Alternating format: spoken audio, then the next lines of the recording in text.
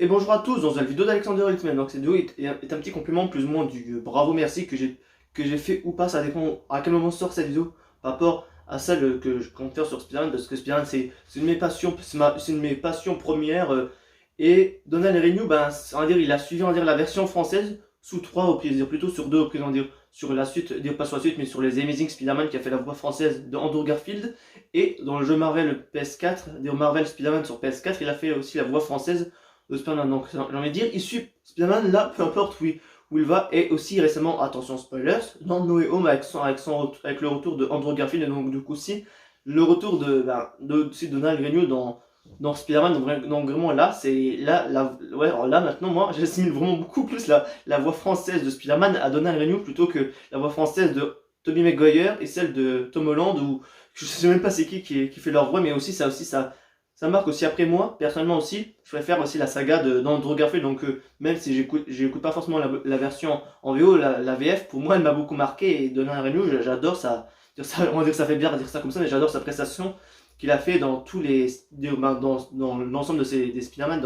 J'ai bien aimé les Amazing 1 et les Amazing Spider-Man 2, donc vraiment ben, aussi avec la voix française j'ai vraiment kiffé. Le jeu Marvel Spider-Man, le jeu sur PS4, en plus c'était la première fois aussi pour moi que je joue aussi un jeu Spider-Man que je joue, parce qu'avant j'en avais un sur la Wii U et un sur la DS2 qui était pas forcément très bien, et donc du coup c'était un nouveau style, c'était un nouveau jeu que j'apprécie au niveau de Spider-Man. Et en plus d'entendre en plus la voix française de Spider-Man, je me dis bah là bah c'est la voix française de Spider-Man, comme dans les Amazing Spider-Man. Donc j'étais content, et même parce que j'apprécie la voix sans forcément connaître en dire le comédien de doublage, je sais pas forcément comment on dit pour ce métier-là, mais en tout cas moi j'apprécie, et je pense qu'on est un peu tous fans je pense aussi de cette voix, en dire que ça peut marquer aussi nos esprits, que depuis 2012 jusqu'à cette année, même s'il va y avoir la continuité du prochain Spider-Man qui va sortir l'année prochaine sur PS5, et que là j'ai envie de voir, pas de voir, mais là je pense qu'on sera encore à une barre encore plus haute qu'elle pu l'être sur PS4. Parce que déjà, ce que je nous disais déjà, c'est une petite parenthèse, mais déjà, Miles Morales, je suis certes content de l'avoir sur PS4, mais je me disais, ils auraient pu optimiser la chose d'une façon plus importante en faisant que le jeu uniquement que sur PS5, et de pas faire aussi sur PS4. Comme ça la technologie, la façon d'optimiser le jeu est différente, et que ça soit pas que sur les deux consoles. Et là ce qu'ils vont faire l'année prochaine, je ne sais pas, mais en tout cas là je pense que ça doit vraiment du lourd, et on va encore avoir des bonnes, pas bonnes prestations, ça fait bizarre de dire ça, mais on va avoir encore du meilleur de ce qu'on a eu, je pense, sur les deux jeux respectifs, avec le niveau de la bande-annonce qui est sorti, où on sait qu'il va y avoir Venom et tout. Et je dis à chaque fois dans mes vidéos que je sais pas forcément quelle vidéo sort à quel moment et tout, mais je sais pas si cette vidéo sortira avant ou après la vidéo de mes prédictions par rapport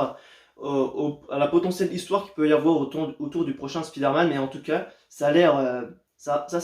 du bon s'annonce pour l'année prochaine. Et vraiment pour préparer cette vidéo, parce que là je me suis un peu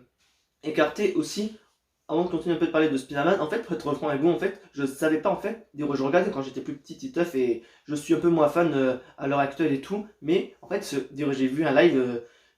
du coup, de Donald Renew, qui disait que c'était lui qui faisait la voix de Titeuf.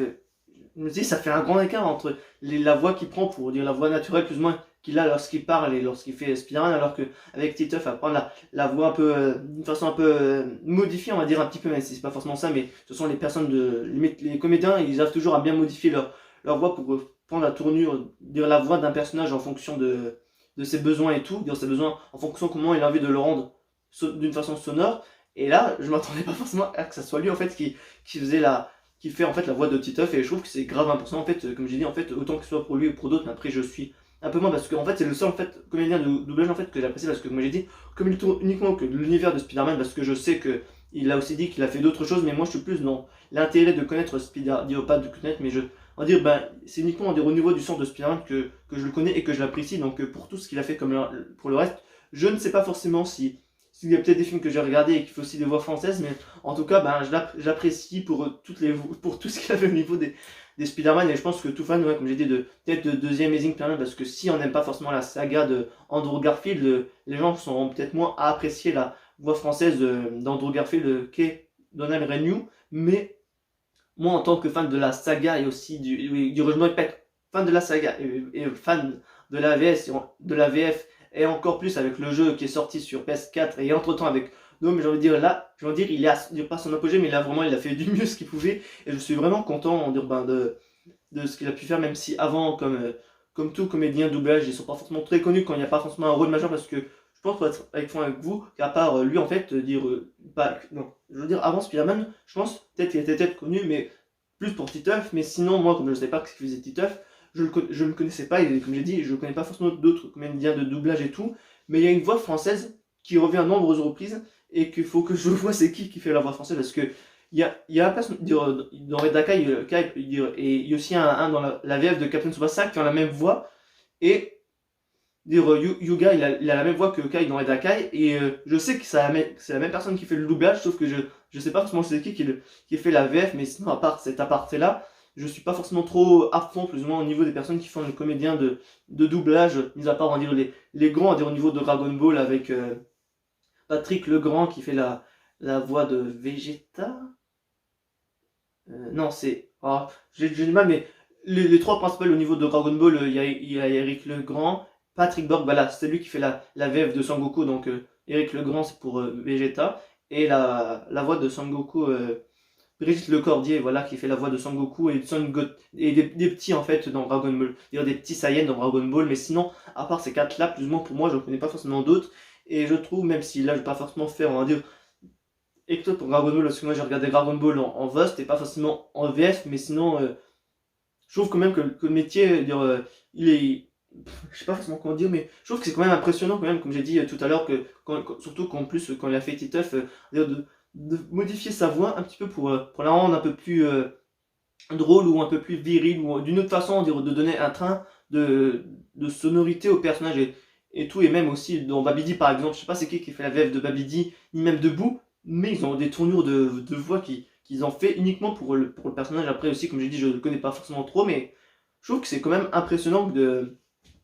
pouvoir on va dire, modeler sa voix en fonction du caractère de personnage à faire. Mais après, voilà, je suis pas là pour parler de la partie technique et tout, mais pour revenir aux bases, vraiment,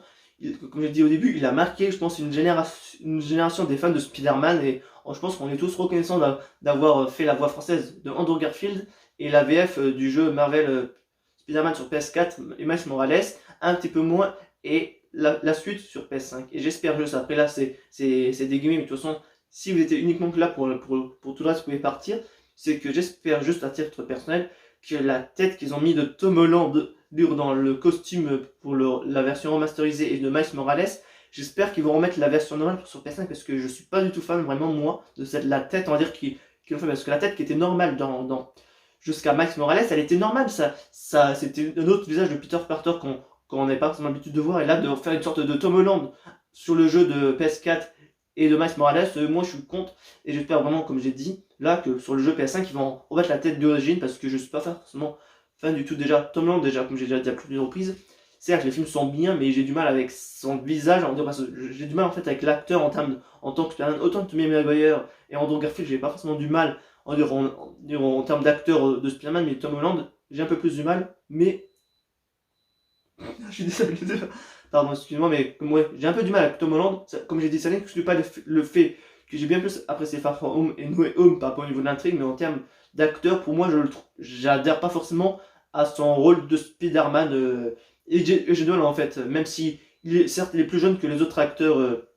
et tout, mais j'ai plus de mal avec lui en fait à croire en fait à ces films de Spider-Man en fait. En fait, c'est uniquement quand on a son masque, on va dire que je crois à Spider-Man, mais sinon, quand il n'a pas forcément le masque et qu'on voit son visage, j'ai du mal après aussi, comme j'ai dit à plein de comme j'ai dit, je suis pas forcément fan de ça, mais après voilà, je suis pas là pour m'étaler sur ça, mais voilà. Et c'est sur ça que je vous dis à la prochaine et à bientôt dans une vidéo d'Alexander Ultimate. Et sur ce, ciao.